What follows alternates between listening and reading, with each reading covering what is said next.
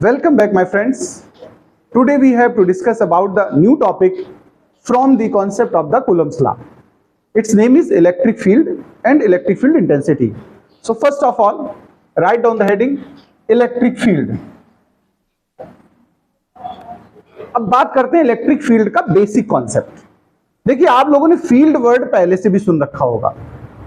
Field का मतलब होता है एक तरीके से जिस रीजन में या एरिया में हमारा इन्फ्लुएंस हो. जैसे जो मेडिकल लाइन के लोग होते हैं वो अपनी फील्ड क्या कहेंगे? मेडिकल. हम लोग कहेंगे हमारी टीचिंग फील्ड है. तो मतलब हम लोग टीचिंग फील्ड में या टीचिंग से रिलेटेड चीजों में अपना इन्फ्लुएंस रख रहे हैं. यहां इलेक्ट्रिक फील्ड का सेंस होगा कि जैसे कोई पॉइंट चार्ज है. देखिए जरा, ये एक पॉइंट चार्ज है. मैंने आपको लास्ट आर्टिकल में पॉइंट चार्ज के बारे में डिस्कस किया था. पिछले वीडियो में हम लोग ये बात कर चुके हैं. क्यों हमारा पॉइंट चार्ज है? इस पॉइंट चार्ज के सराउंडिंग में एक पर्टिकुलर एरिया होगा जहां तक इस चार्ज का इन्फ्लुएंस काम करेगा, यानी इफेक्ट काम करेगा. अगर उस सराउंडिंग एरिया में हम बाहर से कोई एक चार्ज लेकर आए, देखिए जो बाहर से हम चार्ज ला रहे होते हैं वो ऑब्जर्वेशन पर्पस से लाते हैं. हमें ऑब्जर्व करना है कि इस वाले चार्ज का इफेक्ट कहां तक काम कर रहा है. तो वो ऑब्जर्वेटरी चार्ज हुआ. इसी को हम बोलते हैं टेस्ट चार्ज, और इसका सिंबल रहता है क्यू नॉट. तो देखिए, जब तक ये पास में आ रहा है इस जगह तक इस पर कोई इसने असर नहीं डाला, लेकिन जैसे ही इस प्लेस पर हम आए इसको लेकर के, तो इन दोनों के बिटवीन या तो रिपल्सन एक्टिवेट हो जाएगा या फिर अट्रैक्शन. डिपेंड करेगा नेचर पर. अगर दोनों लाइक हैं तो रिपल्सन, अनलाइक हैं तो अट्रैक्शन. तो हम कहेंगे the surrounding area of any point charge in which test charge experiences an influence force is known as electric field of that point charge. इसको थोड़ा समझने से पहले मैग्नेट से समझाना चाहेंगे आपको. देखिए, चार्ज पार्टिकल्स बहुत स्मॉल होते हैं जिनको आप अपनी नेक्ड आई से नहीं देख पाएंगे, तो उसको समझने में थोड़ी दिक्कत भी होती है. लेकिन बिल्कुल पैरेलल मैग्नेटिज्म होता है. मैग्नेट आप आराम से देख लेते हो, देखे होंगे आपने bar magnet, compass needle, last day हमने बताया भी था आपको.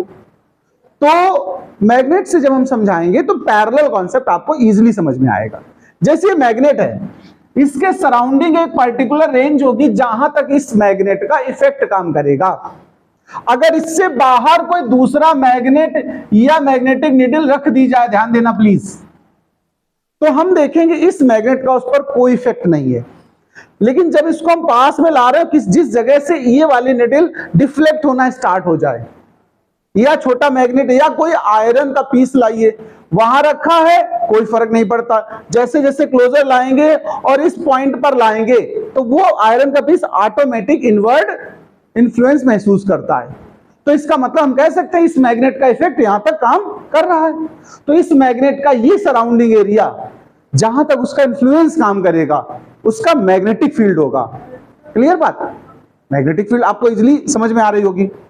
बिल्कुल ऐसे ही चार्ज के साथ होता है. जब चार्ज के साथ इसी कॉन्सेप्ट को सीखते हैं तो हम लोग क्या कहते हैं उसको? Electric field. बस इतना फर्क है. तो डेफिनेशन वाइज अगर हम कहें तो आप लोग नोट कर सकते हैं, लिखिए the surrounding area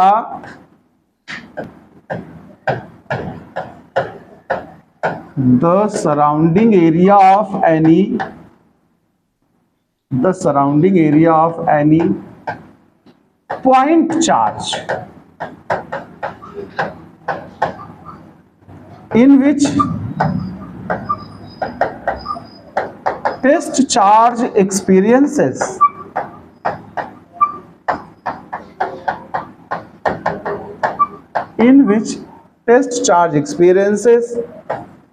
an influence force.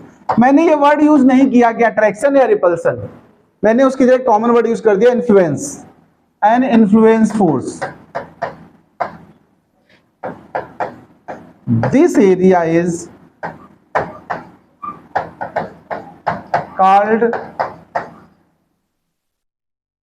electric field of that point charge. यहां तक आप लोग पहले नोट कर लीजिए। चलिए इलेक्ट्रिक फील्ड स्ट्रेंथ की अब हम बात करते हैं। नेक्स्ट पॉइंट हमारा स्टार्ट होगा इलेक्ट्रिक फील्ड इंटेंसिटी या स्ट्रेंथ। देखिए मैंने बोला था कि कोई पॉइंट चार्ज है, इसके सराउंडिंग का कोई एरिया है जहां तक इस वाले चार्ज का इफेक्ट काम कर रहा है। तो जब हम लोग लाएंगे कोई टेस्ट चार्ज और यहां लाकर रखेंगे तो ये उसको या तो रिपल करेगा या अट्रैक्ट करेगा, लेकिन कितनी ज्यादा पावर के साथ, कितना ज्यादा फोर्स होगा। देखो अगर ये पार्टिकल यहां रखा है Q नॉट और यहां रखा है, आप गेस करो A पॉइंट पे रखने या B पॉइंट रखने किस जगह पर ज्यादा फोर्स लगेगा इन दोनों के between.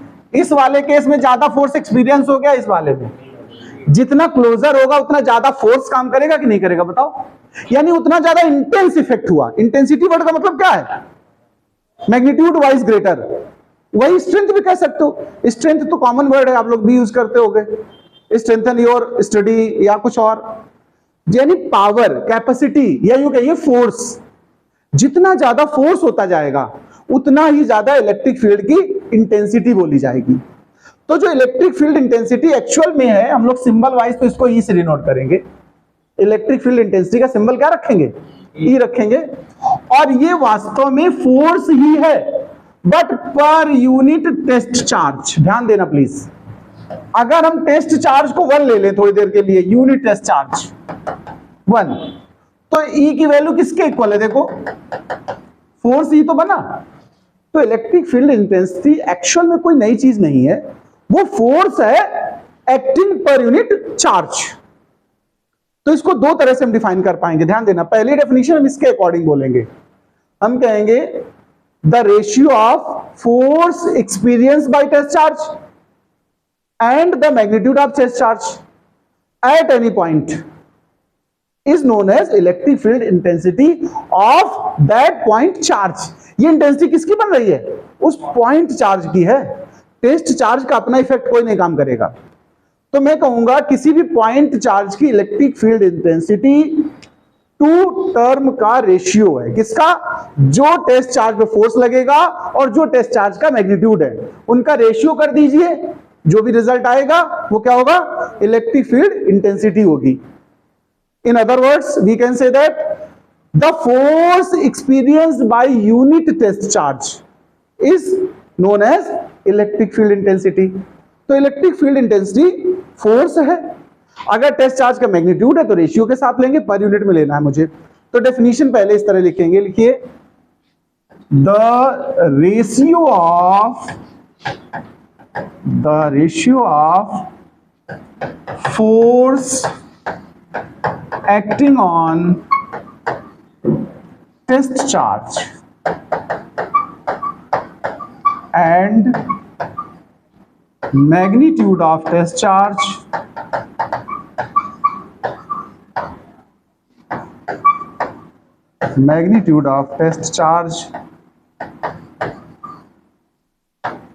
is called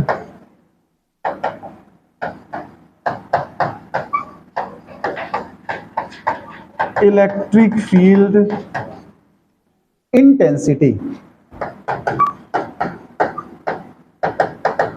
that is करके लिख दीजिएगा E is equal to F by Q naught. ध्यान रखिएगा electric field intensity vector quantity है, आगे हम इसकी डायरेक्शन बताएंगे, तो इसलिए हम लोग इसको वेक्टर नोटेशन में शो करेंगे। अब हम कहेंगे if Q naught is equal to 1 coulomb then E becomes F, तो हम कह सकते हैं the force acting per unit charge, per unit test charge, the force acting per unit test charge is called electric field intensity. आप intensity word use करें या strength, दोनों एक कॉमन है, इलेक्ट्रिक फील्ड इंटेंसिटी। तो ये तो डेफिनेशन है, यहां तक नोट कर लीजिए। चलिए अब हम लोग इसकी जरा देखिए, इंटेंसिटी के बारे में बात कर रहे थे, डेफिनेशन हो गई, फार्मूला हो गया, जरा यूनिट निकालते हैं। अगर हम यूनिट निकालेंगे इलेक्ट्रिक फील्ड इंटेंसिटी की, तो भाई फॉर्मूला हमारे पास क्या है, E equal to F by Q naught. तो यहीं से यूनिट बनेगी, क्या बनेगी, देखो फोर्स की यूनिट क्या होती है, न्यूटन, और चार्ज की कूलम। तो इसकी यूनिट क्या होगा, न्यूटन पर कूलम। एक बात और ध्यान रखिएगा, इसकी एक यूनिट हम और अपनी तरफ से दे रहे हैं आपको, वो आगे जब हम पोटेंशियल सिखाएंगे आपको, वोल्टेज, तब वो आएगी वहां पर, बट साथ में यहीं से सिखा दे रहे हैं, फिर दोबारा वहां आएगी तब बता देंगे। तो देखो एक तो हमें ये याद रखनी है, एक और हमने अलग से एडिशनल आपको बता दी, वोल्ट, ध्यान रखिएगा, वोल्ट पर मीटर, इसको लर्न कर लीजिएगा, वहां जब आएगा तब मैं आपको सिखाऊंगा वोल्टेज में, ये और करके लिख लेना। अभी इस जगह से यही बन रही है, तो अभी ज्यादातर हम इसी का इस्तेमाल करेंगे, न्यूटन पर कूलम। अच्छा, जब हम यूनिट जान जाते हैं तो हमारा टारगेट क्या बनाना होता है, डायमेंशनल फॉर्मूला, ठीक है। तो जरा इसका डायमेंशनल फॉर्मूला देखो, न्यूटन का क्या होता है, याद है किसी को, mlt माइनस 2, वेरी गुड। तो न्यूटन का होगा mlt माइनस 2, और कूलम का at। जरा इनको सिंप्लीफाई कर लिया जाए तो देखो क्या बनेगा, mlt माइनस 3 a माइनस 1। अच्छा, डायमेंशन हो गया अगर हमारा, तो हम लोग देखते हैं ये कैसी क्वांटिटी है, इट इज वेक्टर क्वांटिटी। कैसा है ये भैया, वेक्टर क्वांटिटी। अगर वेक्टर क्वांटिटी है इलेक्ट्रिक फील्ड इंटेंसिटी। अच्छा, एक बात और बता दें, अभी मैं बार बार बोल रहा हूं इलेक्ट्रिक फील्ड इंटेंसिटी, क्या बोल रहा हूं, इलेक्ट्रिक फील्ड इंटेंसिटी, या मैं बोलूंगा इलेक्ट्रिक फील्ड स्ट्रेंथ। लेकिन अब आगे चल के हम धीरे धीरे इसको पूरा नहीं बोलेंगे, हम अगर बोलेंगे इलेक्ट्रिक फील्ड तो आप समझ लेना हम इंटेंसिटी की बात कर रहे हैं। किसकी बात कर रहे हैं, आगे फर्दर डेफिनेशंस में हम लोग पूरा नहीं लिखेंगे, आमतौर पे हम इंटेंसिटी को ही फील्ड नाम से बोलेंगे केवल। फील्ड वैसे स्पेस होता है, लेकिन स्पेस अब आगे यूज नहीं होना कहीं। तो हम जब अब फर्दर कहें इलेक्ट्रिक फील्ड इज दैट, तो आप क्या समझेंगे उसको, इलेक्ट्रिक फील्ड इंटेंसिटी है, ठीक है। तो देखिए इट इज वेक्टर क्वांटिटी। अगर वेक्टर है, सुनिए, तो इसकी डायरेक्शन चेक करते हैं। असली काम ये है डायरेक्शन जान लेना।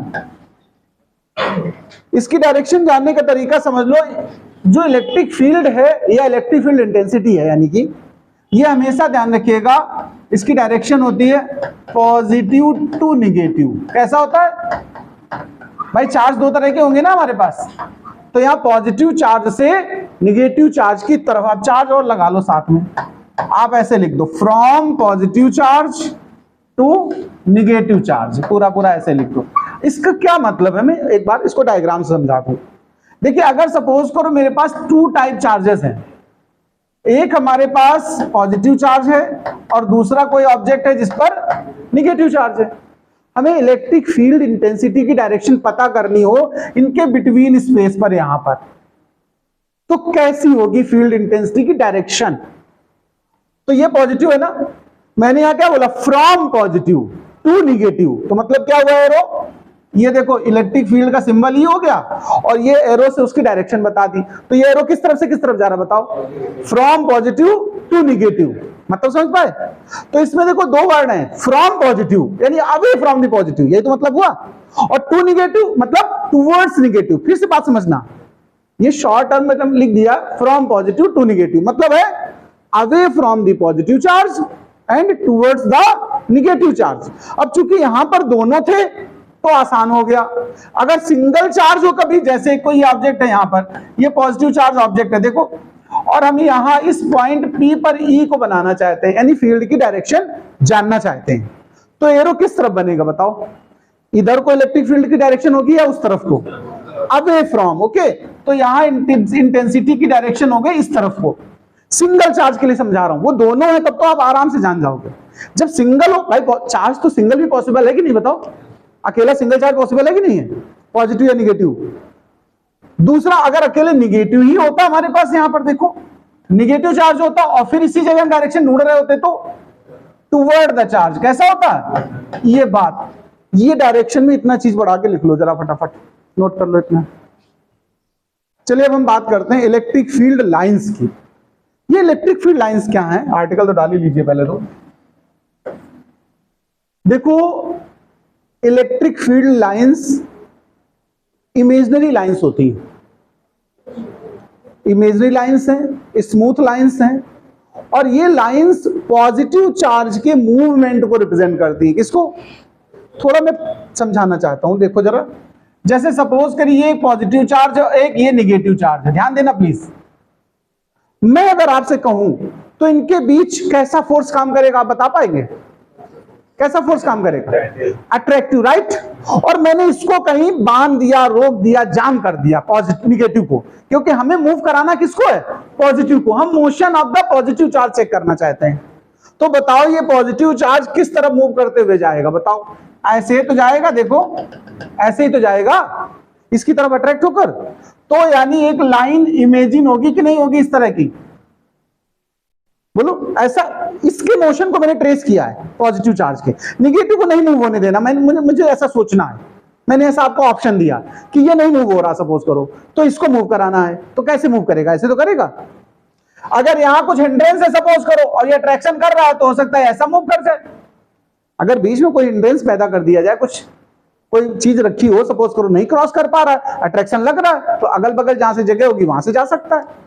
तो देखिए पॉजिटिव, अब ध्यान देना प्लीज, ये कुछ लाइंस में ट्रेस कर रहा हूं, देखना जरा।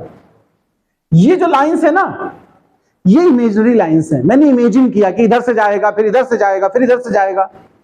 तो ध्यान रखिएगा, इलेक्ट्रिक फील्ड लाइंस का मतलब होता है these are imaginary smooth curve which represent the motion of the positive charge.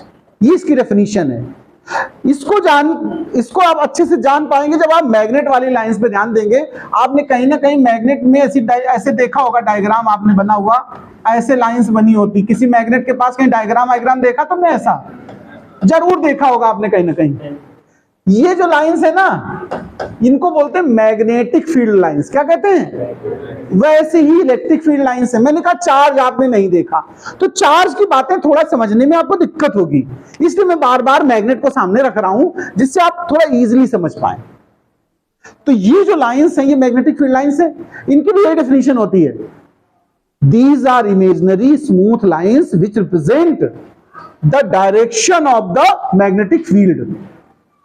अब सुनिए जरा, इसको अगर हम चेक करना चाहें तो आप एक मैग्नेट लीजिए, बार मैग्नेट व्हाइट पेपर पे रखिए और ऐसे रख दीजिए इस तरीके से, और जो आयरन की फीलिंग आती है, आपने सुना है बुरादा, छीलन, उसको ऐसे ऐसे डालते रहिए, जैसे नमक डालते हैं आप कभी चावल वावल में अपने, तो अपने आप इस तरह वो अरेंज हो जाती है ऑटोमेटिक। इसको आप घर में कर सकते हैं activity.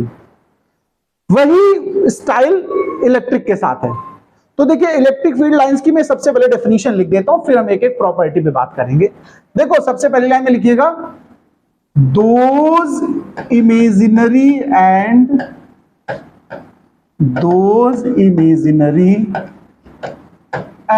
Smooth curves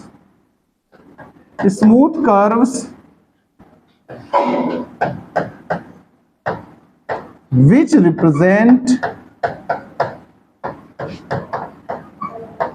direction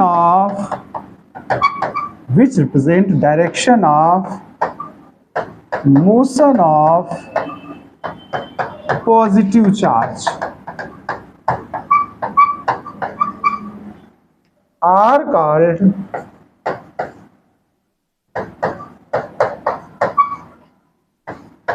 electric field lines. Are called electric field lines. ये तो इनकी डेफिनेशन हो गई। अब इन लाइंस की प्रॉपर्टीज हमें बतानी है। प्रॉपर्टीज बताने से पहले हम इनके कुछ डायग्राम्स आपके सामने दे रहे हैं। जैसे अभी सिखा रहा था मैं, पॉजिटिव निगेटिव हैं तो ये लाइंस कुछ इस तरीके से बनेंगे, ऐसे इन दिस वे। आप गौर से देखिएगा, जितने भी एरो हैं ये सब देखो पॉजिटिव से निकल रहे हैं बाहर और निगेटिव में जाकर के एंटर कर रहे हैं। अगर दोनों ही पॉजिटिव चार्ज होते तब क्या होता? निकलते तो, लेकिन रिपल्सन की वजह से देखो ये कभी एक दूसरे को मीट नहीं कर पाएंगे लाइंस। देखो इस तरीके से ये जगह ऐसे खाली पड़ी रहेगी। बीच में आप ध्यान देना, क्वाड्रिलेटरल जैसा जगह खाली पड़ा कि नहीं पड़ा? देखो ये क्यों पड़ा है, क्योंकि ये दोनों ही सेम नेचर के चार्ज हैं। दोनों पॉजिटिव होंगे तो दोनों से एरो बाहर निकालेंगे आप, लेकिन अगर दोनों निगेटिव चार्ज होते हैं सपोज करो, तो भी सिचुएशन यही आती, बस एरो कैसे होते हैं? इनवर्ड। ध्यान देना प्लीज, इस तरीके से एरो की जो डायरेक्शन होगी वो सब कैसी बनेगी? इनवर्ड। अगर दोनों निगेटिव हैं। बीच का स्पेस आपको ऐसे ब्लैंक दिखेगा, आप कभी भी चेक करिएगा। इसमें तमाम क्वेश्चन आते हैं, डायग्राम बना के दे देता है, आपको ऑब्जर्व करना होता है। जैसे सपोज करो यहां में ना बताता कि निगेटिव चार्ज है, आपको डायग्राम में ऐसा बना के दे दिया जाए और एरो अंदर को आ रहे हो, तो अपने आप जज नहीं कर पाओगे कि निगेटिव चार्ज होगा। और अगर ऐसा ही एरो बाहर की तरफ एरो बना रहे हैं तो आप कहोगे दोनों पॉजिटिव है। और अगर ये दोनों ज्वाइन कर रहे हैं आपस में, देखो, तो मतलब क्या है, एक पॉजिटिव और एक निगेटिव है। और जिस तरफ से निकल रही है एरो वो वाला पॉजिटिव, और जिस तरफ एंटर कर रहा है वो निगेटिव है। ये पहचानने के तरीके हैं डायग्राम देख करके, कौन सा चार्ज किस नेचर का है। क्लियर बात है कि नहीं, बताओ। अच्छा, सिंगल अगर हमें बनाना हो, कभी अकेला पॉजिटिव या निगेटिव ऐसे देखो, तो हम लोग सिंपल एरो बाहर निकाल देंगे ऐसे, बस। ये सिंगल अकेला अगर हमें दिखाना है कभी, तो आउट गोइंग एरो बना देंगे, तो ये पॉजिटिव चार्ज के साथ होगा। ऐसे ही सिंगल निगेटिव चार्ज अगर हमें रिप्रेजेंट करना कहीं, तो इसी तरह के एरो बस इनवर्ड होंगे, बस इतना फर्क होगा। एरो कैसे होंगे भैया, अंदर की तरफ जा रहे होंगे। ये पहचान है, ये निगेटिव चार्ज पॉजिटिव चार्ज की पहचान है। ये सब जो बनाए मैंने, ये सब हैं इलेक्ट्रिक फील्ड लाइंस। इन्हीं से हम इनकी प्रॉपर्टीज जज करेंगे। देखो, प्रॉपर्टीज पहली प्रॉपर्टी बताएंगे, आपको याद नहीं करना पड़ेगा, आप देख करके डायग्राम बता सकते हो। पहली प्रॉपर्टी ये है कि ये लाइंस पॉजिटिव चार्ज से ओरिजिनेट होती हैं, बोलो, और निगेटिव चार्ज में एंटर करती हैं, बोलो भाई। स्टार्ट भी कह सकते हो। तो हम कहेंगे पहली प्रॉपर्टी, दीज लाइंस, ये सब डायग्राम बनाने हैं आपको, ध्यान रखिएगा। उसके बाद लिखना है, these lines started from positive charge and enters in negative charge, enters in negative charge। First property हो गई। सेकेंड प्रॉपर्टी देखिए, इन लाइंस की अगर हम टेंजेंट ड्रॉ कर दें, क्या ड्रॉ कर दें, तो वो इलेक्ट्रिक फील्ड जो ई बताया था मैंने अभी पीछे, उसको रिप्रेजेंट करेगा। तो सेकंड प्रॉपर्टी में लिखेंगे the tangent of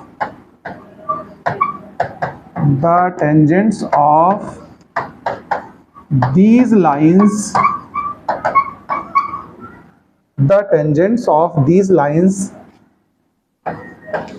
represent the direction of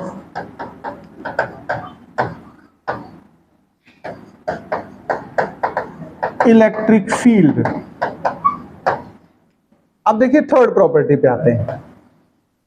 ये जो प्रॉपर्टीज है, अगर दोनों के साथ एक साथ कंबाइन देखो तो ऐसा लगेगा जैसे ये स्ट्रिंग बांधी गई है। देखो ये कैसी लग रही है आपको, स्ट्रिंग जैसी फील हो रही है कि नहीं।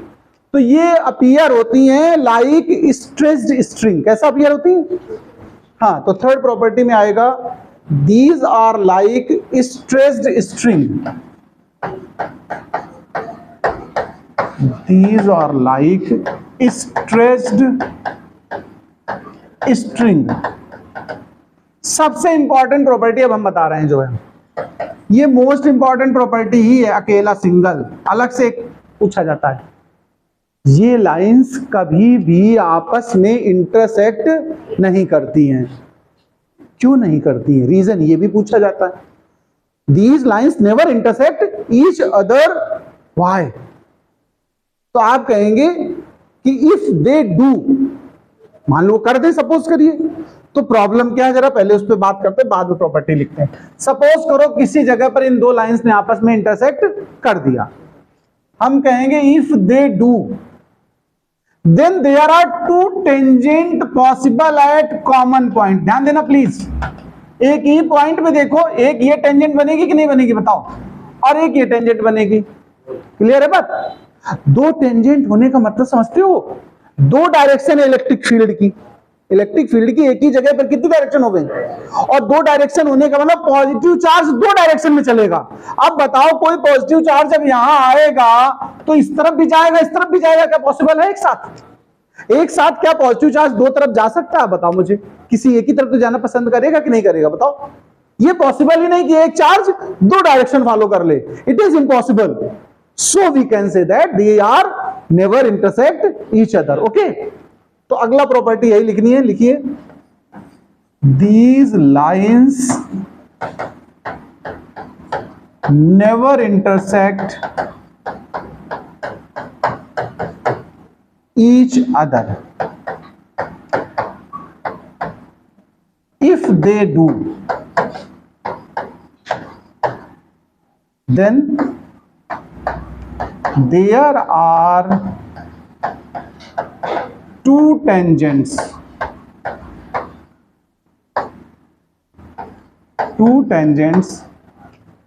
at the point of intersection. At the point of intersection means two directions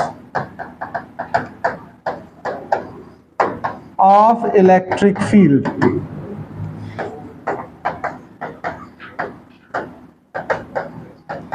which is impossible. एक और प्रॉपर्टी जान लीजिए, देखो एक बात समझ लेना, अगर कहीं मेटल आ जाए बीच रास्ते में, कोई कंडक्टर मटेरियल, मेटल मतलब हमारा क्या है, कंडक्टिंग मटेरियल से, जैसे सपोज करिए ये कोई प्लेट है और एक कंडक्टर है, क्या है ये कंडक्टर, जैसे कॉपर की प्लेट हो, ये फील्ड लाइंस ऐसे आके इसको पार नहीं करेंगी, ध्यान रखिए, मतलब इसके अंदर अपीयर नहीं होंगी, डिसअपीयर हो जाएंगी। जैसे यहां मेटल रखा है, यहां पर देखो, ध्यान देना प्लीज, तो यहां तक तो ये फील्ड लाइंस दिखेंगी, महसूस होंगी, मेटल के अंदर ये फील्ड लाइंस अब्सेंट हो जाती है, कंडक्टर के अंदर अब्सेंट हो जाएंगी, फिर सीधा दूसरे साइड मिलेंगी। ये मतलब कहने का, ये ब्रेक हो जाती हैं जब कहीं कोई कंडक्टर उपस्थित होता है तो, ठीक है, तो हम कहेंगे दीज लाइंस आर डिसकंटिन्यू या बिकम डिसकंटिन्यू, कुछ भी लिख दो, these lines becomes discontinued by any conductor in their path, यानी कंडक्टर के अंदर ये लाइंस एग्जिस्ट नहीं करेंगी, ध्यान रखिएगा। एक और बात, किसी भी सरफेस पर हमेशा ये परपेंडिकुलर होती, कैसी होती, इसको मैं एक एग्जांपल से पहले बताऊंगा, बाद में लिखूंगा, सुनिए। जैसे बीच रास्ते में स्फीयर पड़ गया, देखो ये लाइंस, एक बात समझना जरा, अगर हम लगातार ऐसे बना दें तो क्या सब परपेंडिकुलर है क्या इस सरफेस पे, देखो जरा, एक परपेंडिकुलर है केवल, कौन सी, ये जो बीचों बीच में आ रही, देखो सेंटर पर रेडियस, देखो ये देखो रेडियस टेंजेंट पर कैसा बनाती है, 90 बनाती कि नहीं बनाती, ये वाली तो परपेंडिकुलर है, लेकिन ये सब नहीं है परपेंडिकुलर। फिर क्या होगा, यहां जब ऐसी सिचुएशन हो, मैंने स्फेरिकल इसीलिए बनाया है, तो ये ध्यान रखिएगा, ये लाइंस थोड़ी दूर पहले से बेंड होना स्टार्ट हो जाएंगी, और जब सरफेस पे पहुंचेंगी तो वो डायरेक्टेड टुवर्ड द सेंटर, क्योंकि उन्हें परपेंडिकुलर होना है, ये उसकी प्रॉपर्टी है। मेरी बात को ध्यान से सुनना प्रैक्टिकली। अब मैं इन लाइंस को यहां से कम करके दिखा रहा हूं आपको, देखिए इस चीज को अच्छे से जान लीजिए, नहीं तो बाद में आप पूछते रहेंगे। एक्चुअल में मेटल के अंदर तो होगा ही नहीं, ये लाइंस प्रेजेंट ही नहीं होती मेटल के अंदर, मेटल के बाहर ही दिखेगी। अब देखो मेरी बात सुनिए, यानी अगर कोई लाइन आई तो किस तरह बेंड हो जाएगी, इस तरफ से ऐसे होकर के, यहां से बेंडिंग थोड़ी एकदम टच ना कराएं, थोड़ा दूर से घुमा दें, मतलब इनकी जो सिचुएशन बनेगी, ध्यान रखिएगा, कुछ इस तरीके से यहां पर बेंडिंग होगी और यहां जाकर के कैसी गिरेंगी 90 डिग्री, यानी ऐसा अपीयर होगा कि जैसे ये सेंटर पे एंटर करने जा रही हैं। यही सिचुएशन यहां है, देखो ये कुछ इस तरीके से घूम जाएगी पहले से ही, यही उस तरफ आउट होते समय होगा, यानी ये मिलेंगे आपको बाहर फिर से, लेकिन यहां पर हमेशा कैसी सिचुएशन दिखेगी, जैसे कि वो परपेंडिकुलर है। ध्यान देना प्लीज इस बात पे थोड़ा सा, यानी ये प्रॉपर्टी ये कहती है कि ये लाइंस जिस भी सरफेस पर गिरेंगी, यहां स्फीयर जानबूझ के बनाया मैंने, कोई और बना लेते प्लेन वगैरह तो उस पर तो परपेंडिकुलर पॉसिबल ही था, जैसे पीछे दिखाया मैंने, देखो अगर प्लेन सरफेस था तब तो कोई दिक्कत ही नहीं, सीधा सीधा पड़ेगी। मैं स्फेरिकल सरफेस के लिए समझाना चाहता हूं, सिलेंड्रिकल या स्फेरिकल, तो इसमें जो आप एरो डालेंगे या बहुत बार जो कंपटीशन में क्वेश्चन आते हैं ना, इस तरह डायग्राम बना के देते हैं और फिर पूछते हैं कौन सा रॉन्ग है इसमें से या कौन सा राइट है। मैं ऐसे क्वेश्चन दूंगा सीट में आपको, ऐसे तमाम डायग्राम देगा, फिर आपसे पूछेगा कौन सा डायग्राम, जैसे 4 डायग्राम दे दिए उसने, कोई एक गलत होगा या 4 में से कोई एक सही होगा, वही पिक आउट करना होगा। तो आपको आइडिया रहना चाहिए कि सरफेस पे इनको कैसा गिरना है, 90, और 90 स्फीयर के लिए कहां होता है, जो रेडियस को फॉलो करे। ठीक है ये बात। तो हम कहेंगे दीज लाइंस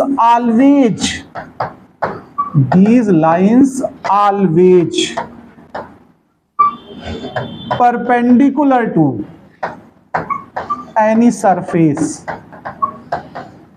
चलिए इतनी प्रॉपर्टीज की लिख लीजिए, सफिशिएंट है।